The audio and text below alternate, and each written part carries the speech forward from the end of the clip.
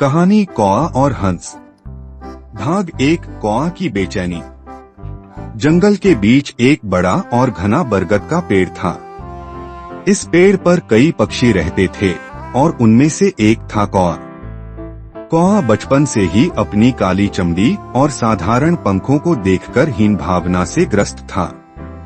हर सुबह जब सूरज उगता तो पेड़ के सभी पक्षी अपनी आवाज में गाते थे। तोते, मैना, बुलबुल सभी का स्वर मधुर था, लेकिन कौआ जब अपनी कर्कश आवाज निकालता तो उसे लगता कि उसका स्वर किसी को पसंद नहीं आता। वह खुद को अलग थलग महसूस करता। एक दिन कौआ ने अपनी मित्र गिलहरी चिकी से कहा, चिकी, मुझे ऐसा लगता है कि भगवान ने मुझे कुछ भी अच्छा नहीं दिया।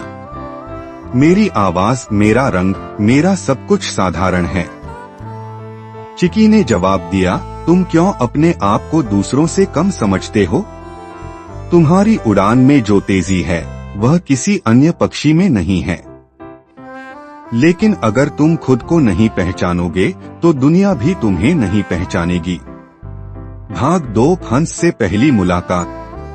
कई दिनों तक अपनी बेचैनी में जीने के बाद कौआ ने तय किया कि वह जंगल के बाहर जाएगा और देखेगा कि क्या दुनिया में कोई ऐसा पक्षी है जो वास्तव में खुश हो। नदी किनारे पहुंचकर उसने पहली बार हंस को देखा। हंस के सफेद पंख सूरज की रोशनी में चमचमा रहे थे। वह शांत जल में तैर रहा था। कौआ ने मन ही मन सोचा, यह पक्षी कितना सुंदर है।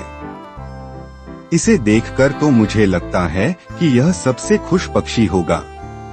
इसे अपने जीवन में कोई दुख नहीं होगा। कौआ धीरे धीरे हंस के पास गया और बोला, हंस भाई, तुम तो बहुत सुंदर हो। तुम्हारे सफेद पंख और शांत चाल देखकर कोई भी तुमसे जलन करेगा। तुम जरूर सबसे खुश पक्षी होगे।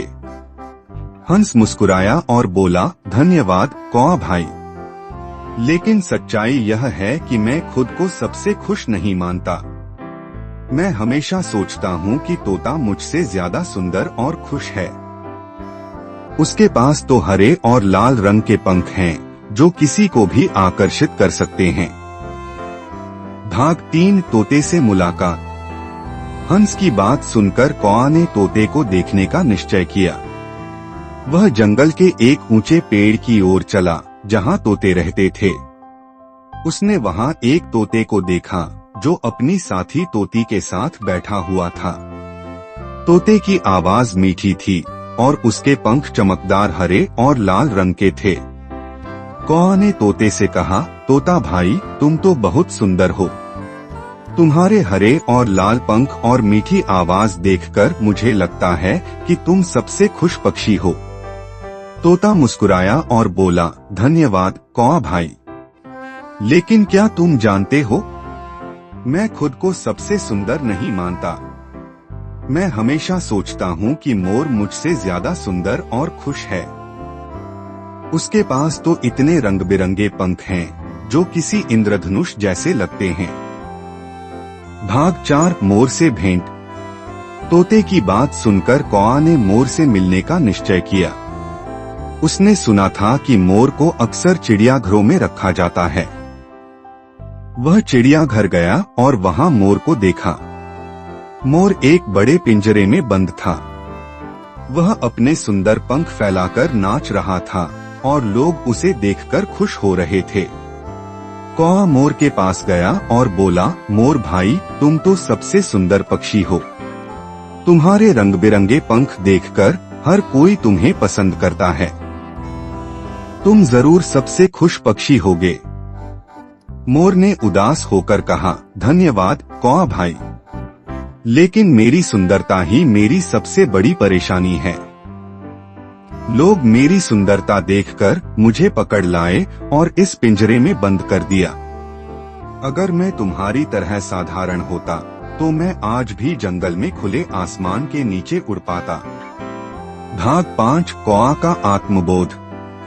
मोर की बात सुनकर कौआ को गहरा झटका लगा। उसने सोचा, मैं अब तक अपनी तुलना दूसरों से करता आया हूँ, लेकिन हर किसी की अपनी समस्याएं होती हैं। मैंने हमेशा अपनी खूबियों को अनदेखा किया है। मुझे खुद पर गर्व होना चाहिए।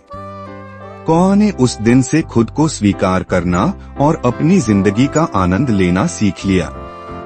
वह अब खुश था और दूसरों से अपनी तुलना करना छोड़ चुका था। कहानी से शिक्षा: 1. हमें दूसरों से अपनी तुलना नहीं करनी चाहिए। 2. हर किसी के पास अपनी खूबियां और खामियां होती हैं।